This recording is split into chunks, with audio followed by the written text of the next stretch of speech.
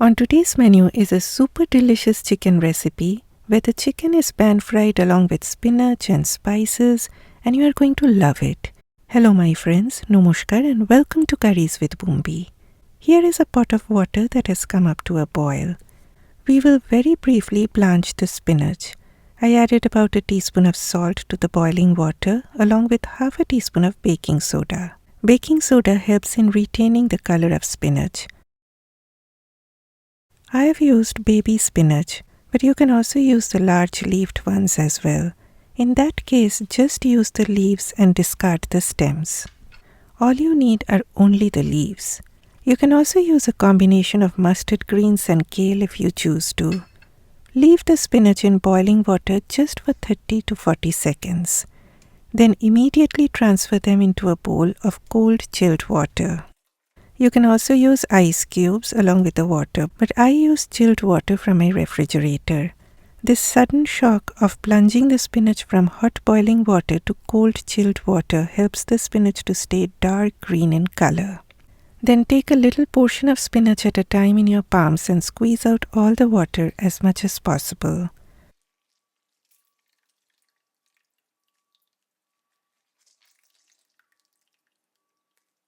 Put them in a blender jar or a food processor and pulse them a few times without adding any water.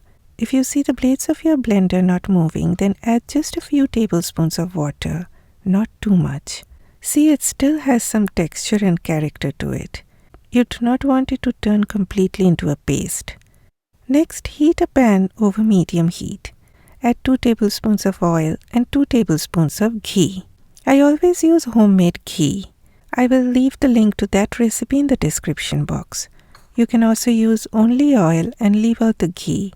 But you know, ghee brings in that beautiful nutty flavor which you will definitely love.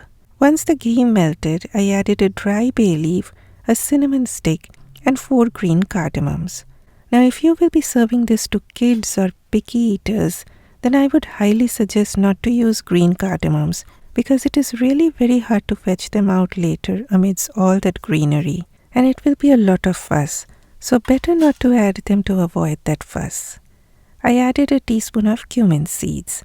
Allow the seeds to dance around for 2 seconds and then add finely chopped onions.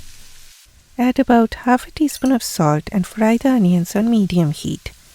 This recipe calls for a lot of onions because the sweetness from the onions blends well with the spinach. Fry the onions on medium heat and you want them to turn a little brown in color. Not too dark brown, but that beautiful light golden brown color. It will take some time for that golden brown to come, so please be patient here. I cannot specify, or I would say I won't specify the exact time it takes to brown the onions because it may vary. When you are cooking in your own kitchen, do not always stick to the timing specifically for these kind of recipes. Just go by your instincts and follow your heart. Trust your eyes and nose more than the printed timings. When the onions reach this color, it is time to add finely grated ginger and finely grated garlic.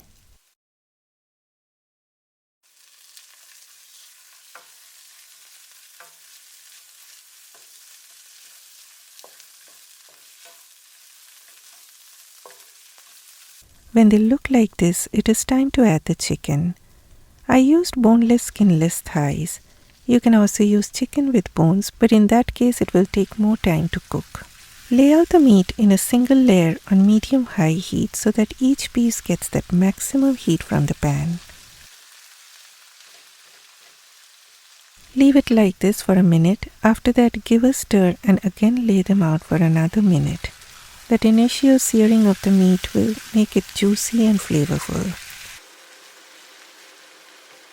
Then stir from time to time till all the water that is released from the chicken dries up.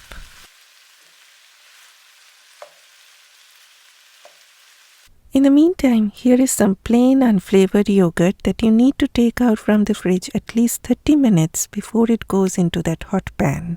This will prevent it from curdling. In it, I added just 1/4 teaspoon of turmeric powder, about a teaspoon of chili powder, a heaped tablespoon of ground coriander, half a teaspoon of ground cumin, and half a teaspoon of ground black pepper. Mix thoroughly to reach a smooth consistency without any lumps. When you see all the water has dried up and the oil is being released, you will know that the chicken is well fried.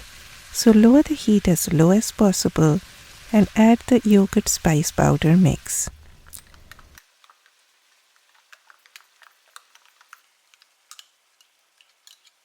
I added 2 tablespoons of water to my yogurt cup to get all that goodness out.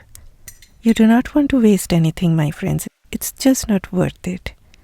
Immediately after adding the yogurt, stir on very low heat. After everything is well mixed, you can now increase the heat to near about medium and keep it like this for about 5 minutes. Then it is green goodness time. Scrape out everything from your blender jar, and then I like to add a good amount of chopped cilantro, that is coriander leaves. Do not like coriander leaves? No worries. Add basil or parsley or mint or any herb to your liking. It is your kitchen, my friend. Nobody is going to judge you, and if anybody tells you that it is not authentic, then remind them that it is authentic for your liking and palate, or for whoever you are cooking. I added some chopped green chilies and a teaspoon of salt.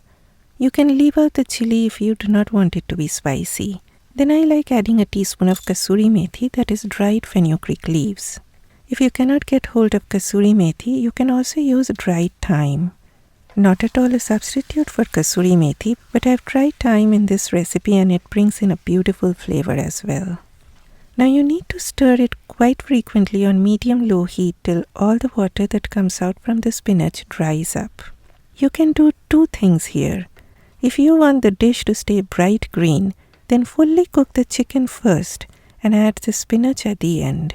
Personally, I like frying the chicken along with the spinach on low heat, and I feel the dish turns out to be more flavorful cooked in this way. But try both of them and find which one you like the most. Okay, most of that water has dried up now and the spinach is well fried. So a teaspoon of garam masala powder goes in to perfume the dish, along with a teaspoon of sugar to balance the flavors.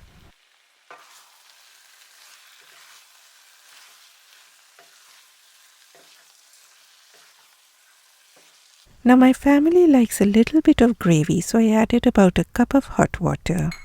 You can add less water or do not add water if you want it to be a dry type of curry. The proportion of water, I leave that up to you, depending on how much gravy you want here. Cover it for about 8 minutes or until your chicken turns tender. Finally, I added large pieces of tomato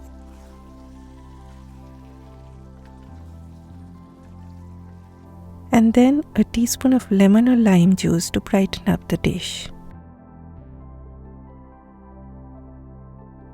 And though you see me serving, but I am not done yet because the final important step is still waiting.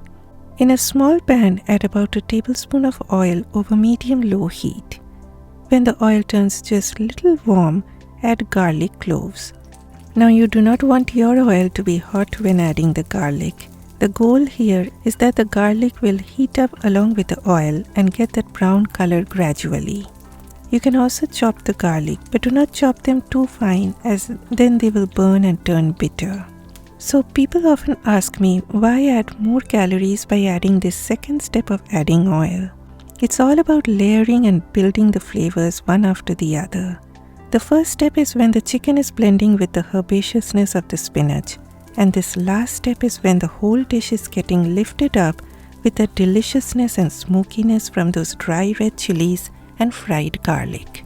It's like as if you are putting that final crown on that dish. When the garlic gets nice golden in color, I added 4 dry red chilies. If you add the chilies whole like this, the dish won't get spicy, but the oil will get infused with that smoky flavor from the chilies and it will be so good. Then switch off the heat, add just a pinch of chili powder, which is optional, or you can also add sweet paprika, and drizzle this aromatic garlicky goodness on the chicken. I also drizzled a teaspoon of crema, but that's totally optional. You can also use sour cream or heavy cream or fresh cooking cream, do whatever you like. My family just loves having this, and so will yours. Please try this recipe and send me your feedback, and I will see you next time. Bye bye.